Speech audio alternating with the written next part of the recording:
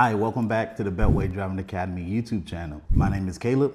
I'm a driving instructor here at Beltway Driving Academy, and today I want to talk to you about how to properly execute a pre-entry vehicle inspection and the top 4 things you need to be looking for when you're doing these inspections. Let's get into it. Number 1, the first thing you need to be looking for when you're doing a pre-entry inspection is, you might have guessed it, sharp objects like nails, broken glass, things like that. Because the reason why you want to be doing these inspections before you get into the vehicle is because that's the number 1 thing that can stop your drive immediately. You're trying to back out of the driveway and you don't do an inspection, and then boom, before you know it, you ride over a nail, a piece of glass or something like that, and the next thing you know, the drive is over. So to avoid that, you want to make sure you get out before you get in the car, you do a 360 around the vehicle, and you're checking under the car, next to the tires, things of that nature. You're looking for the nails, broken bottles, broken glass, or anything else that can puncture the tire. That's number 1. Number 2, the second thing you want to be looking for when you're doing your pre-entry inspection is you want to be looking for any leaking fluid.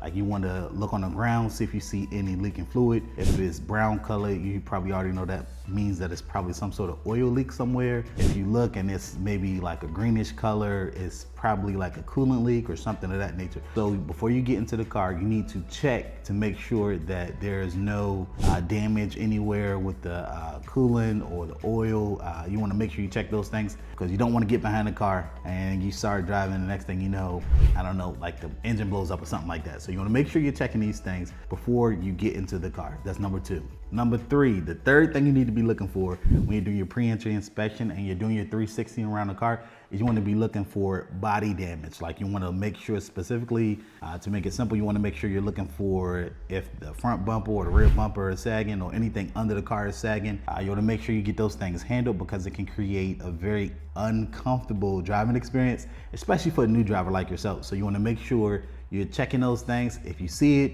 make sure you address it, fix it, zip tie it. I don't care what you do, but you need to get it addressed before you start driving. That's number 3. Number 4, the 4th thing you need to be looking for when you're doing your pre-entry inspection is checking the tires on your vehicle. Now, the first thing you want to be looking at, the main thing you want to be looking at when you're checking your tires, you want to make sure you have the right amount of tire tread.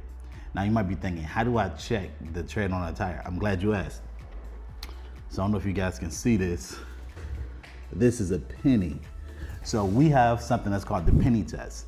And so how you're gonna do the penny test is, you wanna go up to your tire, you're gonna take Abraham Lincoln, you're gonna stick his head right in between the tread.